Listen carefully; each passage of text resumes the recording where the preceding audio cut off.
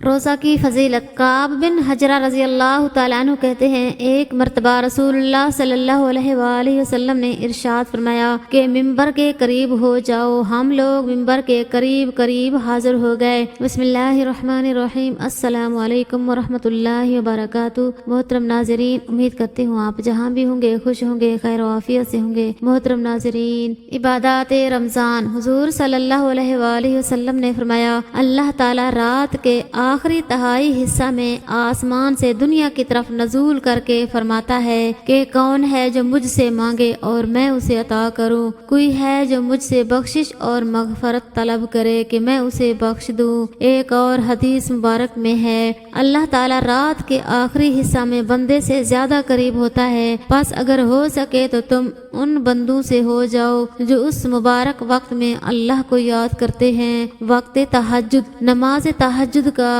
وقت آدھی رات کے بعد شروع ہو جاتا ہے۔ سنت طریقہ یہ ہے کہ عشاء پڑھ کر سو جائے، پھر اٹھ کر نماز تہجد ادا کرے، جیسا کہ حضرت عائشہ رضی اللہ تعالیٰ عنہا رسول اللہ صلی اللہ علیہ وآلہ وسلم کے بارے میں فرماتی ہیں، کانا ینام اولہ ویقوم آخرہ فیصلی ثم یرجع الی فراشہ۔ آپ صلی اللہ علیہ وآلہ وسلم رات کے شروع حصہ میں نیند فرماتے اور آخری حصہ میں بیدار ہوتے اور نماز ادا فرماتے، پھر اپنے بستر پر واپس آ جاتے۔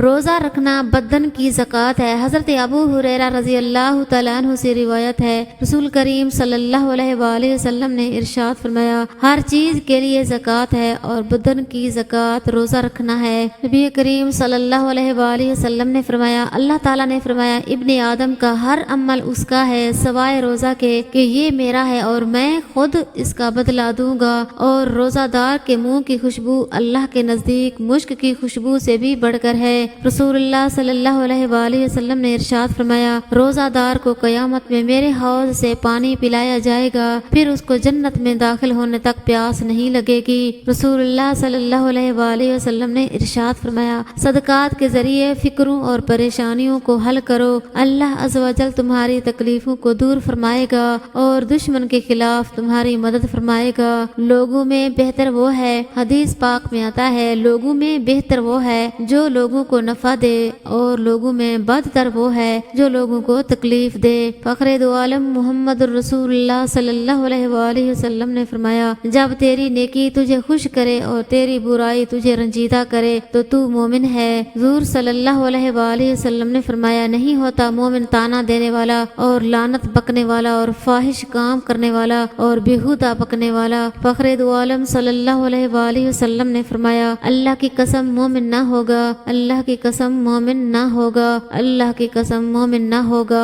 جس کی شرارتوں سے اس کا پڑوسی بے خوف نہ ہو۔ سرکار دو عالم صلی اللہ علیہ وآلہ وسلم کا ارشاد پاک ہے، ایمان کی بلندی چار باتوں میں ہے، حکم الہی پر صبر کرنا، تقدیر پر راضی رہنا، اخلاص کے ساتھ اللہ پر توکل کرنا اور پروردگار کا فرمانبردار رہنا۔ حضرت انس بن مالک رضی اللہ تعالیٰ عنہ کہتے ہیں، رسول اللہ صلی اللہ علیہ وآلہ وسلم نے مجھ سے فرمایا، بیٹے جب تم اپنے گھر والوں کے پاس جاؤ تو انہیں سلام کیا کرو، یہ سلام تمہارے لیے اور تمہارے گھر والوں کے لیے خیر و برکت کا باعث ہوگا۔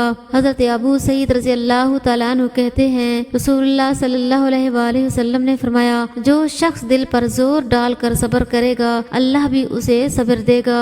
فرمان باری تعالیٰ ہے، تم لوگ اگر اپنے صدقات اعلانیہ دو تو یہ بھی بہتر ہے، تاہم اگر تم چھپا کر دو تو یہ تمہارے حق میں زیادہ بہتر ہے۔ رسول اللہ صلی اللہ علیہ وآلہ وسلم نے فرمایا، جنت کی خوشبو 500 برس کی راہ تک پہنچتی ہے، مگر ماں باپ کا نافرمان ایسا بد نصیب ہے کہ وہ اس ہوا سے بھی محروم رہے گا، یعنی جنت کی ہوا کی خوشبو بھی نہیں سونگھ پائے گا، بہت دور رہے گا، قریب نہیں آ سکے گا۔